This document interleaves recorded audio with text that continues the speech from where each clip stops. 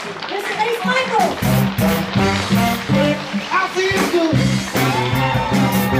I knew that I would now. I feel good. I knew that I would.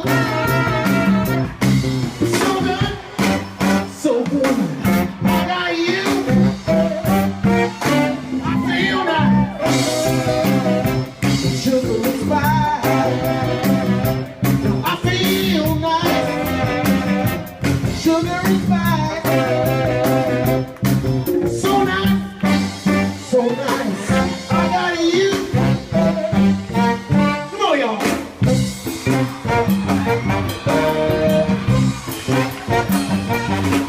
When I hold you in my arms, know that I can't do no wrong. When I hold you in my arms, can't do me no harm. And I feel, I knew that I would. I feel good. I knew that I would. So good, so good. I got you.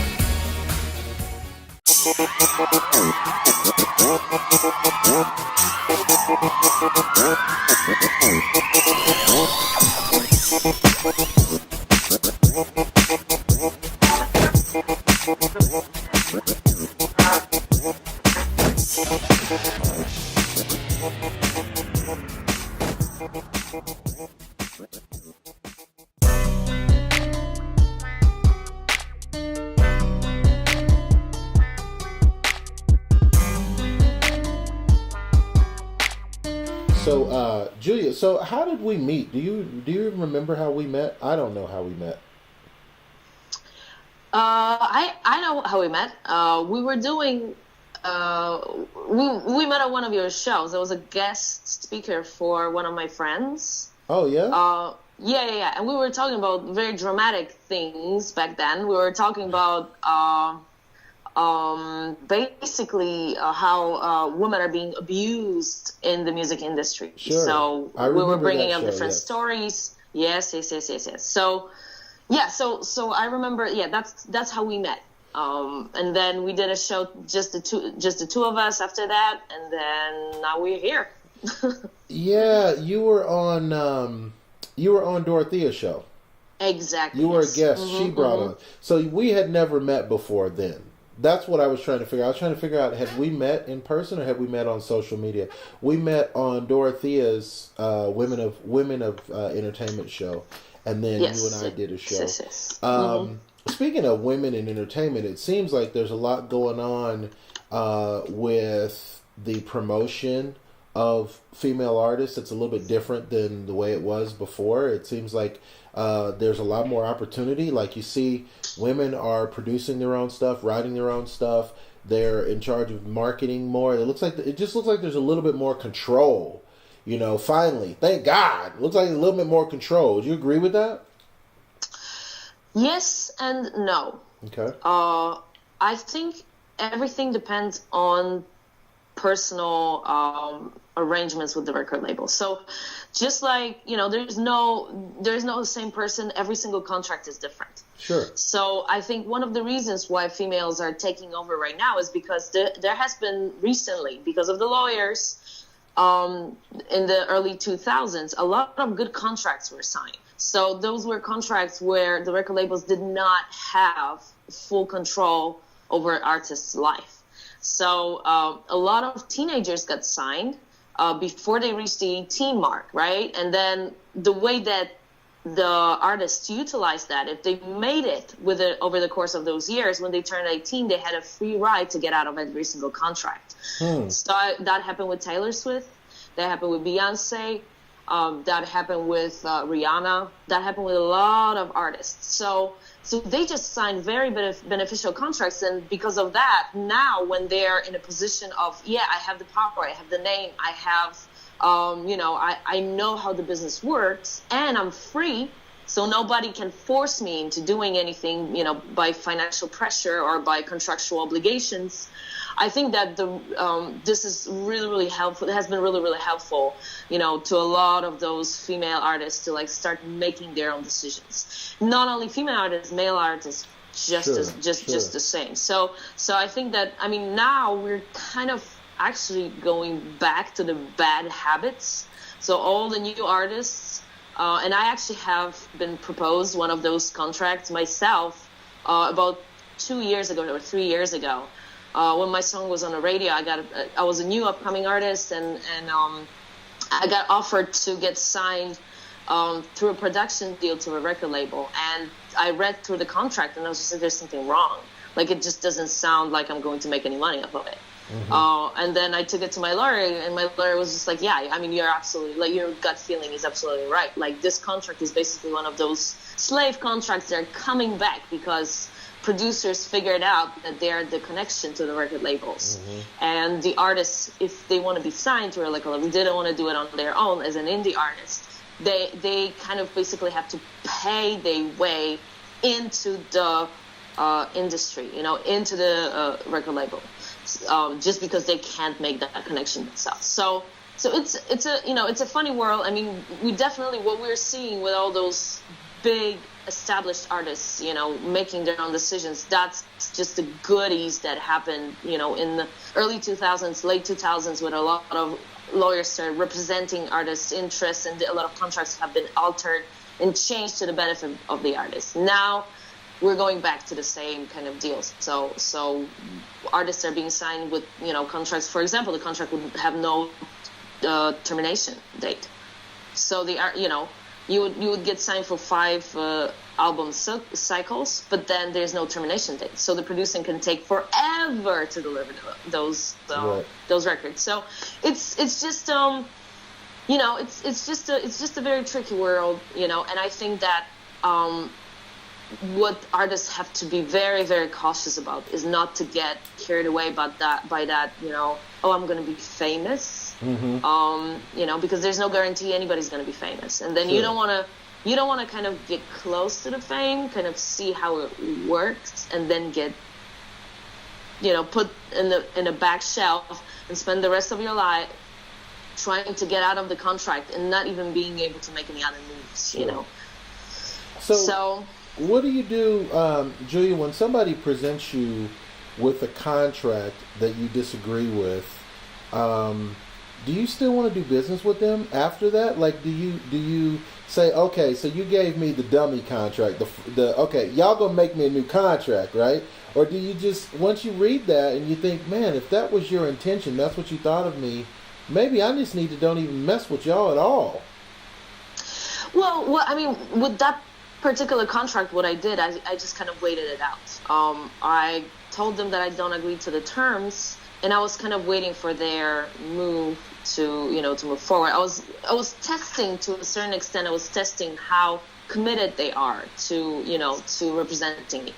So I basically I was just, the way that I figured it out was, if they are serious about doing business with me, if I'm just not going to say anything, they're going to come back around and offer me a better contract, which didn't happen, as a matter of fact. So I just kind of, did I pass on the opportunity? I don't know. I'm doing very, very well in my, business, being composer, writing for picture, writing for orchestrating, running my own company. So, whether that was a good decision or a bad decision, I think it was a good decision, because now I would be committed, on top of running my own business and doing all the other stuff, I would be committed, and my publishing would be taken away from me. So everything that I would do in my film world, if it's music for a picture, if it's like just a cue, then maybe not. Then I'm keeping the rights. But if I wrote a song for a movie, or if I wrote anything that they could potentially have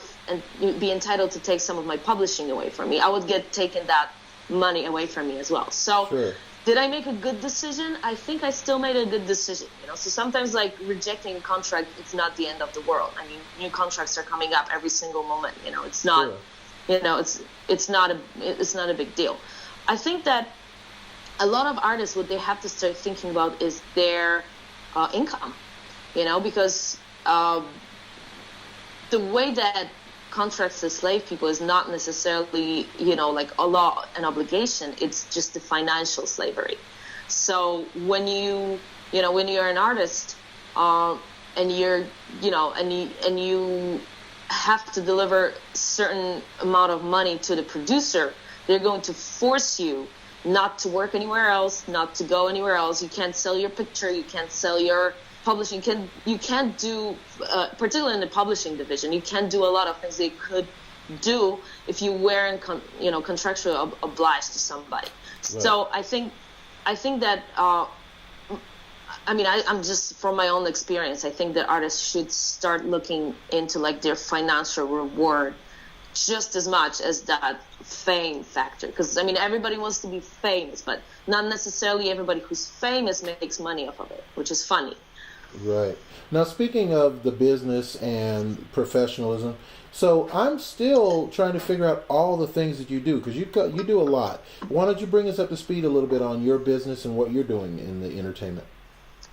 My company is called Hollywood Arrangers.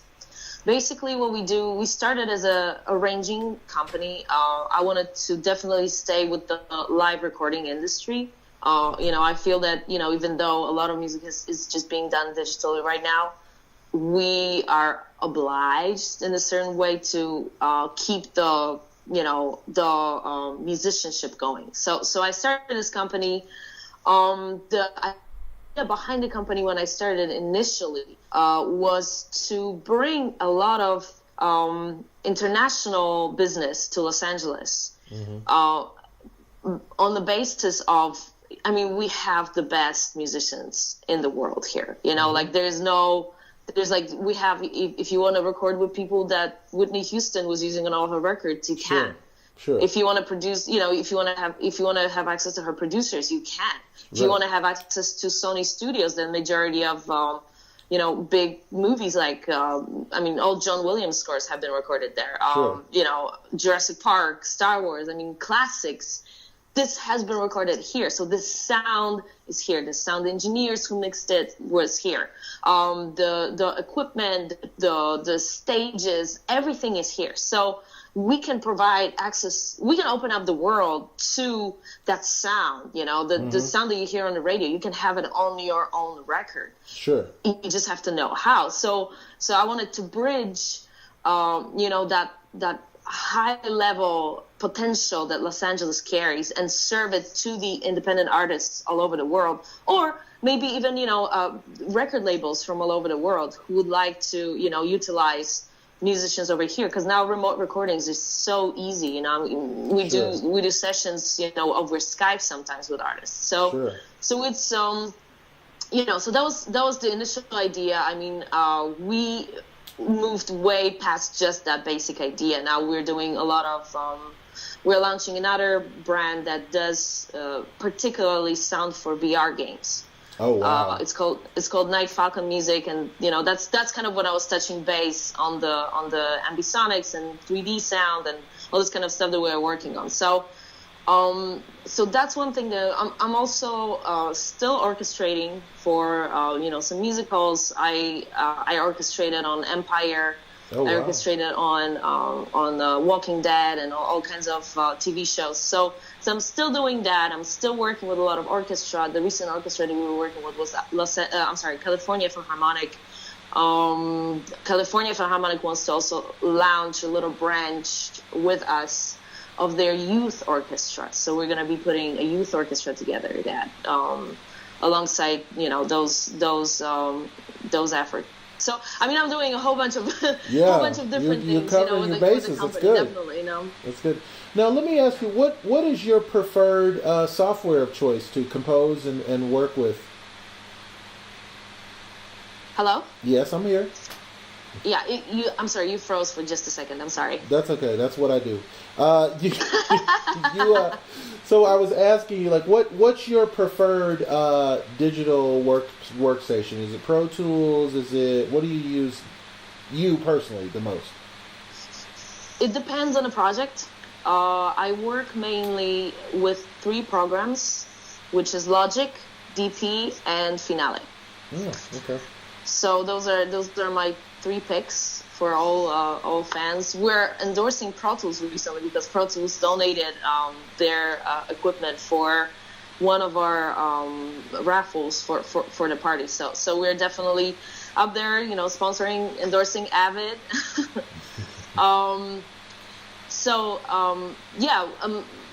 The main my business partner, I know he's working on Ableton.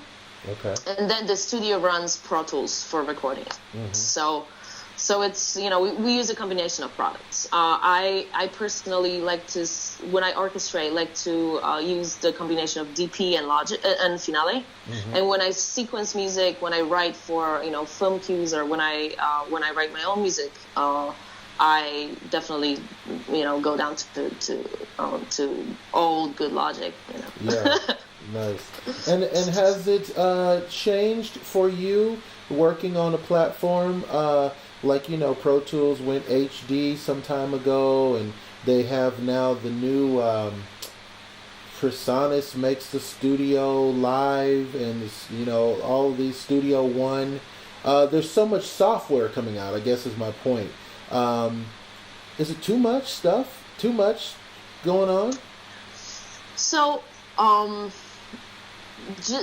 might be not the person to answer this question, and the reason is I like to. I think that the process, everything right now, happens so fast, and the product has to be delivered in such a fast way that it poses certain restrictions. And the problem, for example, for a long time, and I still use this system. I have been using DP in combination with Finale 2009. What's the reason? Or 2000? No, I'm sorry, 2011. Okay, okay. We're updating a little bit, yeah. But it's I just didn't move past this just because of the macros. So the new programs, when they're coming up with new, I guess the back end of the program, sometimes all the systems that you develop, by combining this with different macros, or with, merging 2 programs together so they talk to each other, all this kind of stuff has to be updated. And it's like, if you work for, 2-3 years to develop a certain system, then it would take you to another 2 or 3 years if they change the macros. Right. So the problems that the developers, kind of pose on a lot of people, like they underestimate what we do with those programs. So we take those programs and we adapt them to so they deliver the work in the fastest manner. Now when they change the source code for the program, for example, like it's some of the things that we did to it doesn't work anymore. Now we have to redo everything. So right. That has been a big problem on Finale's end. That's what a lot of people don't like about the new Logic. That's what people complain about Pro Tools. So it's that there's a struggle here. It's a constant. But then also, like, I'm kind of jaded. You might be able to talk to a lot of people who are very open to using the new upgrades for the programs and things like that. It's just so happens that, like, in my line of work in particular, it has been a bit of a problem. Do you ever feel like it would just be easier if you could just play the piano and just play your instrument, sing your song, and you didn't have to know so much technology? Because let's be honest, we got to know a lot of technology. Just for us to talk on the phone right now, I had to watch a tutorial You know what I'm saying? To make this happen. This is not Yes. just automatic. This, you know. So, Yes. Well, see, you can still do that. I think that you can. I don't know how about other people, but I love to get involved in so many different things. You know, it makes me feel like I love growing as a person. So any single new thing that I'm learning is it's just like I feel so much richer inside when I acquire that additional knowledge. I mean, like, you know, I disconnected my cable TV and I switched to a program that just does that, to a service that just provides documentaries. Just because I was so tired with just watching commercials all the time. I was just like, right. you know, how much I'd rather just like downgrade in a certain way, put all this stuff away, and then, you know, put myself in an environment where I am constantly growing and constantly educating myself, even if I just feel like I just want to put my mind off of things. You know, I put it not into another commercial or commercial break. I'm putting in, you know, that rest time for my brain is still delivering a certain amount of information that could help me grow in some way. So I'm definitely a big fan of expanding, you know, and when it comes to, like, I mean, I still play piano. I still would sit down to piano and just, like, you know, and just play, you know, or I would have a song that I have in mind and it's in my mind and I can't let it out. So I would sit down to piano, figure out how to play it or sing it or whatever. You know, sometimes that would take me, you know, back to my computer and I would, like, arrange a completely, you know, different string chart for it or whatever, you know. So I still do that simple stuff, you know. And it's, if you add a lot of stuff on top of it that you know, technologically, etc., that's just an easy thing that you can always go back to. It never goes away, you know. It's you always have that, but you also have so much more. That's how I feel about this. They just become tools. Yeah. Julia, how do we reach you if we want to reach out and stay connected on the WWW with you? After today, I'm sure you made lots of people fans. How do they stay in touch with you? Oh, go to our website. There's all the information on our website. It's www.hollywood.arrangers.com. And there's an email there. I'm not an asshole. I personally monitor all the emails that are coming in. So if you guys want to shoot us an email, if you want to go connect with us on social media, you can go to, we have Twitter, we have Facebook, we have Instagram. I don't know if we have Snapchat, but we definitely post a lot of stuff from the studio. We just recently had a guest who was giving us a clinic on how to utilize, very interesting actually, as a matter of fact, how to utilize Facebook advertising, so you can spend $2 and gain, you know, 20,000 viewers. You know, you are preaching to the choir. Yes. Yep. So he, you know, he gave a phenomenal clinic. You know, he told us how to. He said it's not just in the technology and knowing how to work it. It's also in providing the content, and he was explaining how to choose the content, how to choose the correct audience for the content, etc. Very, very interesting. Go. It's on our Facebook. Go take a look at it. What else? We do feature, like, and we're gonna try to do this more. We feature a lot of artists. You know, we love to record live from the studio when an artist comes in and just sits down at the piano, starts shredding, or you know, we're gonna have this phenomenal violin player from Canada who's trying to move to Los Angeles. She's doing all the electro pop stuff, right? So she's you know, she's this hot chick with a violin. You know, she's you know, kind of doing a little dance, you know, with the loud electronic music. It's gonna be amazing. So we're gonna have her over too. You know, we're always, you know, looking for creative projects. You know, if people send me some things that I'm really, really interested in, I would like to utilize. I always find a way how to, like, present it and you know.